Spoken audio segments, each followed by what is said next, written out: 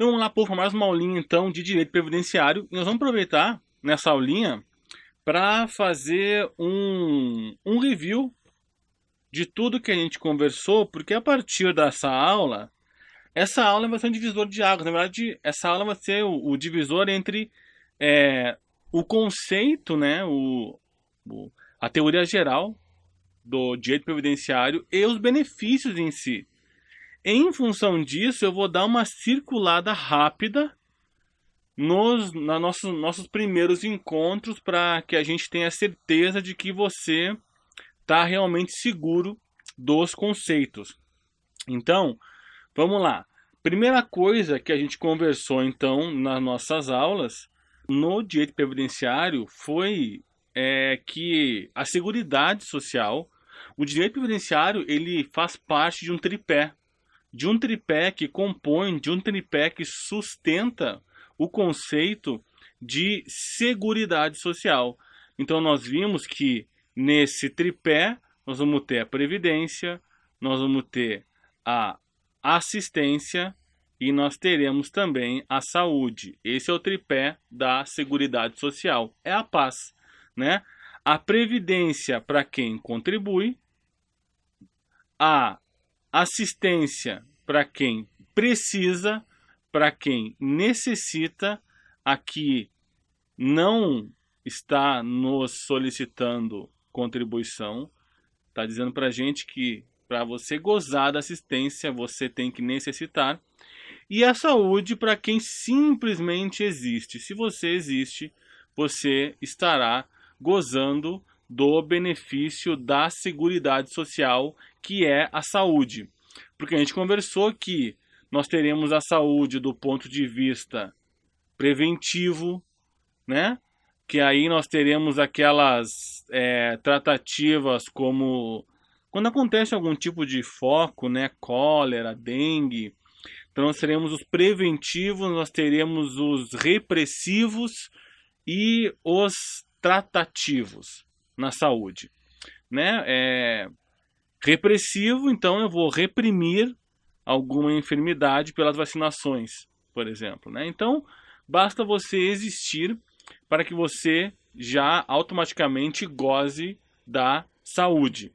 Falamos ainda que a Seguridade Social no nosso sistema normativo, ela está na Constituição, no artigo 201, no artigo 202, no artigo 41, e nós vamos conversar sobre algumas leis específicas também da Previdência, algumas leis específicas da assistência e tudo mais.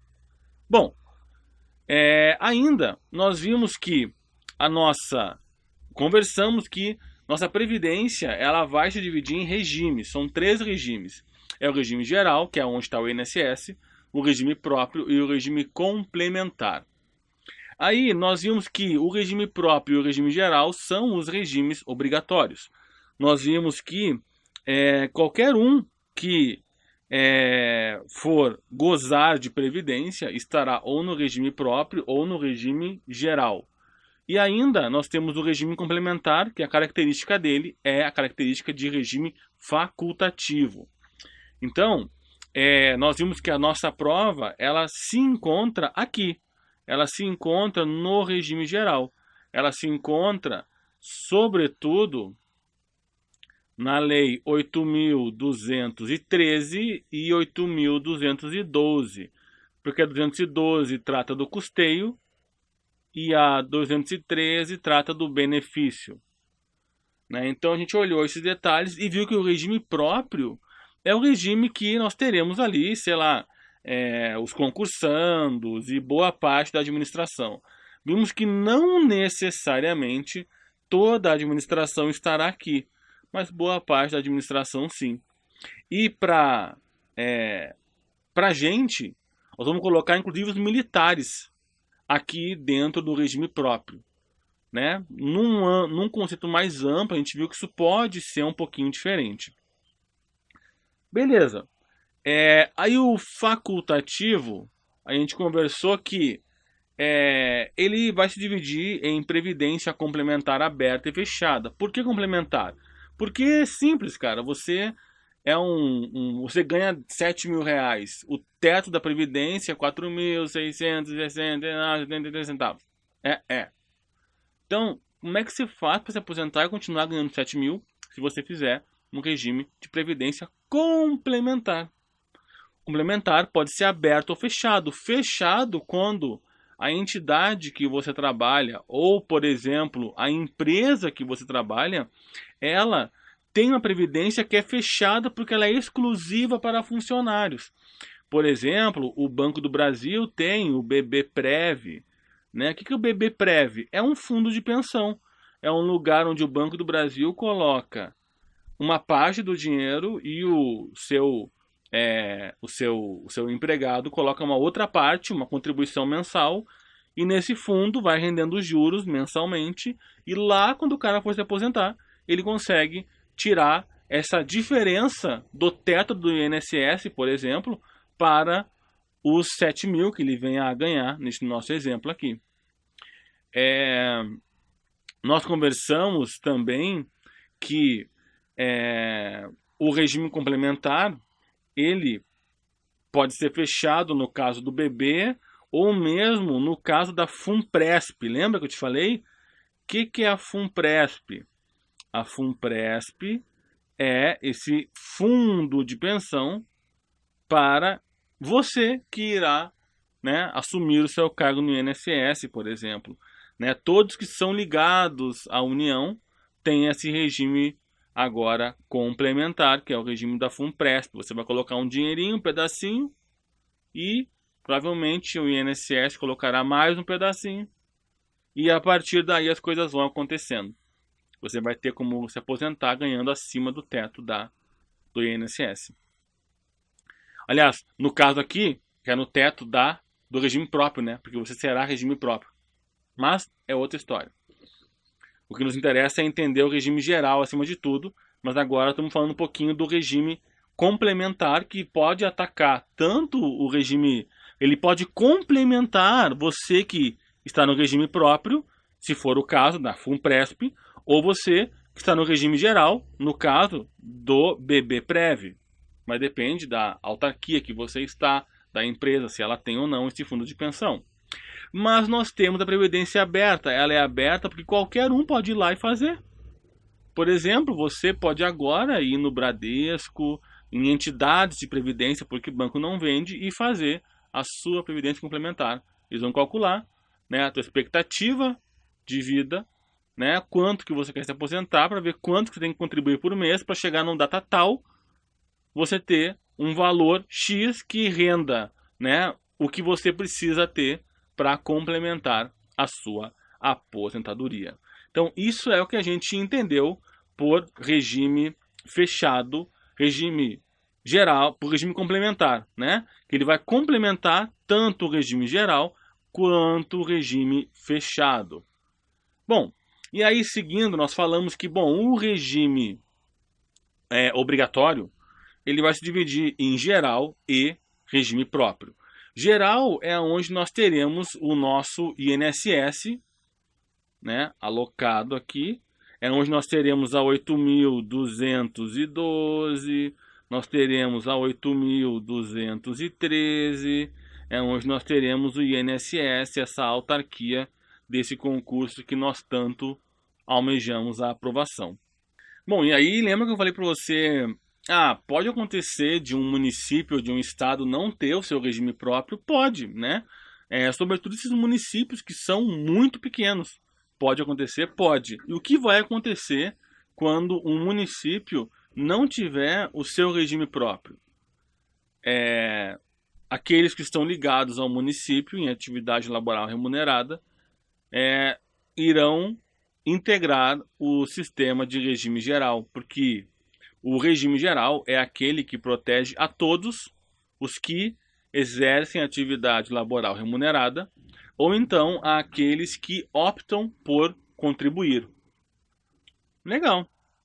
Então, vimos isso, e aí num próximo ponto, nós falamos dos princípios, porque nós combinamos que esse tripé da Seguridade social, ele vai possuir, né? Ele é uma ação conjunta, né?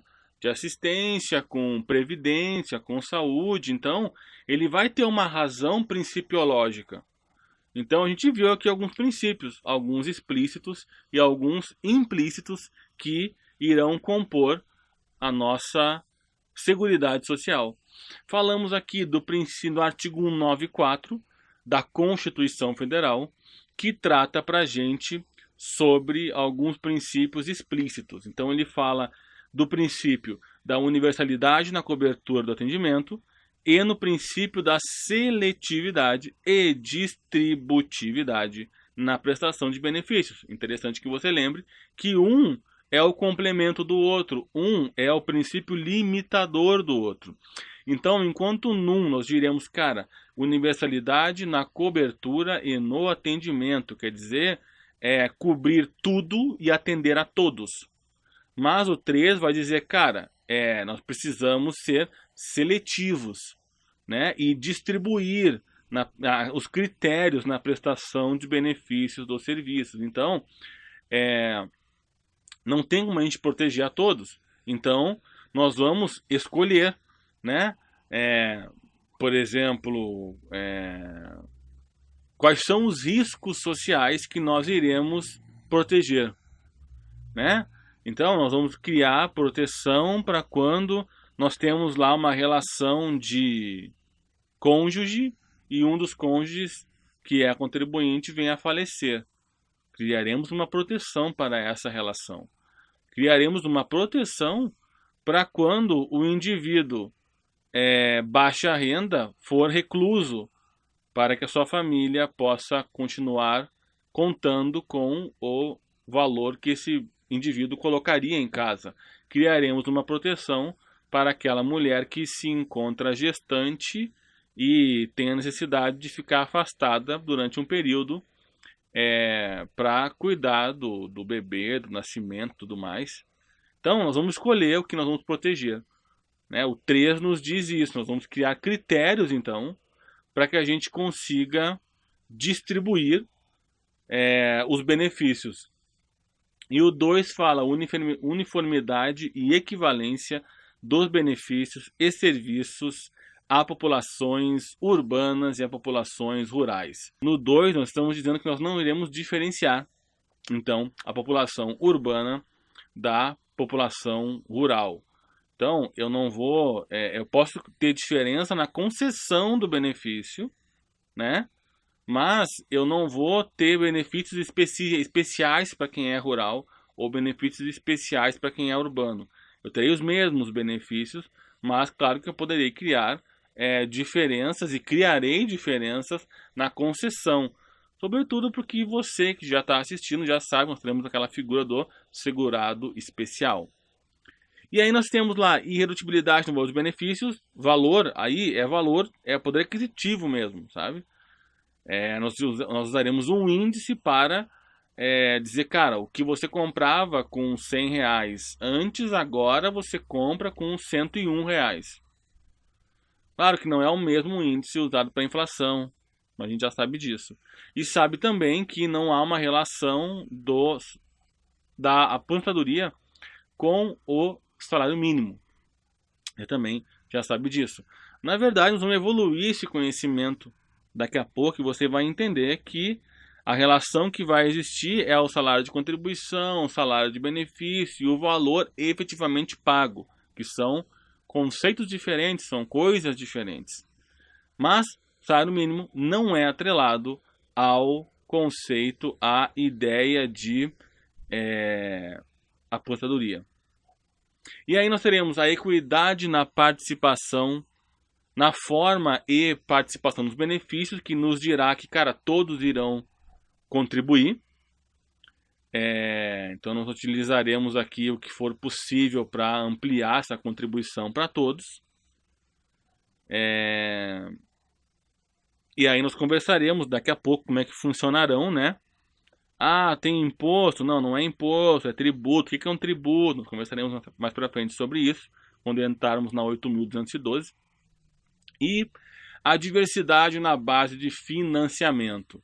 né? Que é o fato de que a gente vai, a gente vai trazer, né, essa diversidade na base de financiamento é uma ampliação para a fonte de custeio, na verdade, né? É uma ampliação, para que a gente consiga levar o custeio a todos.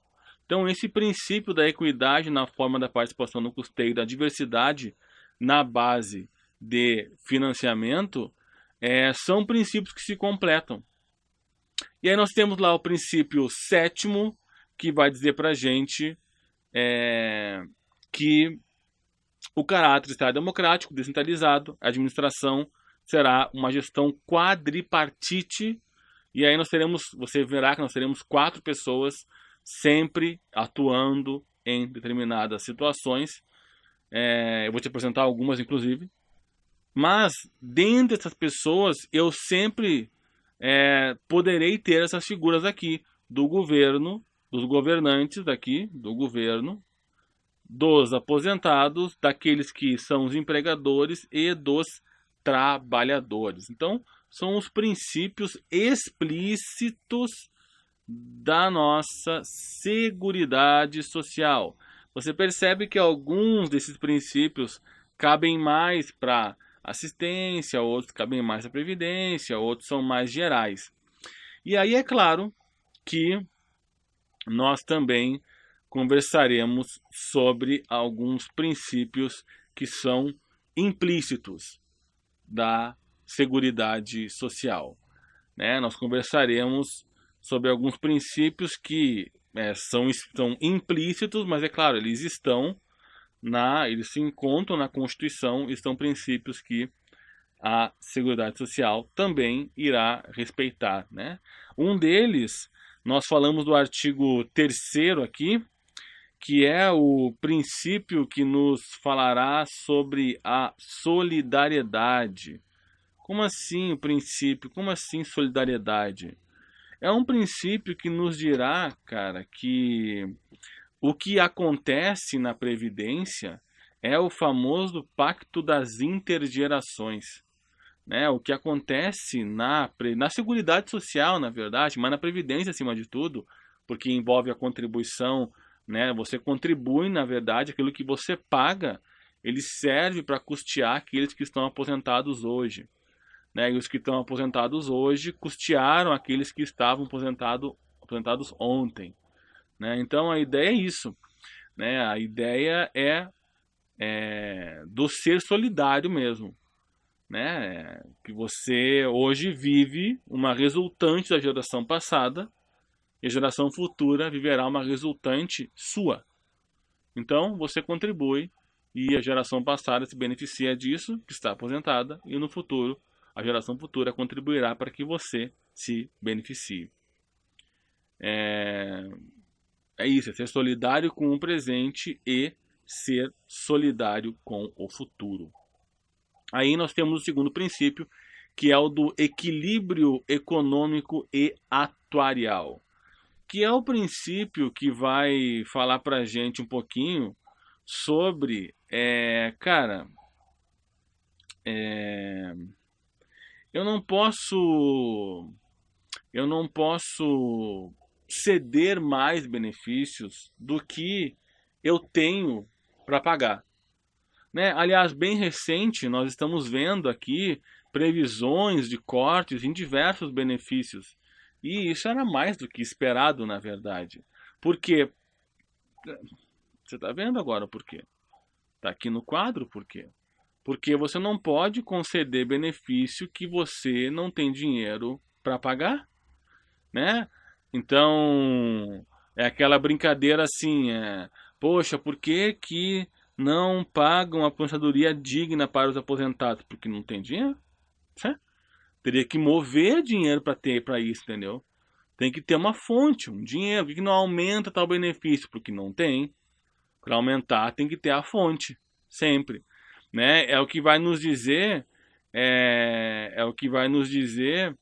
por exemplo, vai inclusive embasar esse nosso terceiro princípio aqui, ó, que é a precedência da fonte de custeio, que vai dizer, cara, isso aqui é bem importante que a gente lembre, viu? Eu não posso criar, eu não posso majorar, eu não posso estender benefício sem a respectiva fonte de custeio. E eu falei para você, lembre bem do Bolsa Família, porque ele nasceu inconstitucional. Ele nasceu sem fonte de custeio. Só depois ele foi ter fonte de custeio. E ele agora vai ser cortado porque não tem de onde tirar para continuar pagando ele. Então vai diminuir, né? Cortado não, mas diminuirá apenas o número dos beneficiados. E aí nós temos o princípio da contrapartida, que nós também veremos ele na prática, lá na 8.212, inclusive, que é essa compensação entre os regimes. Né? Nós veremos como é que acontece, qual é a documentação que você vai precisar, né? A tua certidão por tempo de contribuição, como é que você vai fazer na prática para levar a tua contribuição de regime geral para o regime próprio após a sua aprovação no concurso do INSS. E esse é o princípio da contrapartida, que ele fala para a gente sobre essa compensação entre regimes. Então, esses são os princípios implícitos junto com o princípio da anterioridade tributária, que é um princípio também importante, também conhecido como a anterioridade nonagesimal tributária, que aí vai dizer para a gente o seguinte, cara, qualquer contribuição que seja criada, majorada, ela só vai poder entrar em vigor, só vai poder acontecer 90 dias após apenas 90 dias, falhando minha caneta, após a sua publicação. Então, esse é o princípio da anterioridade publicação tributária. E aí, olha que interessante, né? Olha que interessante. Isso não, só que não viaja. Não viaja. Nós falaremos isso aqui mais para frente. Nós estamos falando que quando você vai... Quando nós estamos falando aqui, ó, de contribuições sociais. Não vá pensar que qualquer lei previdenciária tem que respeitar isso. Não, cara. É só quando é algo que trata de contribuição social, de grana saindo do bolso do contribuinte, tá? Não mudou alguma regra no benefício que não mexe em grana, não precisa respeitar isso, tá? Poderá ter vigência imediata, né? A partir da publicação, se estiver expresso, nós falaremos sobre isso. Se não, 45 dias, né? Falaremos sobre isso. Mas se for algo que trate de contribuição, aí sim nós estaremos diante dessa situação aqui, diante do princípio da noventena. Beleza? Beleza. Então, acho que agora é legal a gente entender algumas coisas sobre a assistência social. Relembrar isso, né? Porque nós já falamos sobre isso, estamos só fazendo uma aula rápida para relembrar esses princípios da teoria geral do direito previdenciário para que a gente consiga dar um passo à frente tranquilo.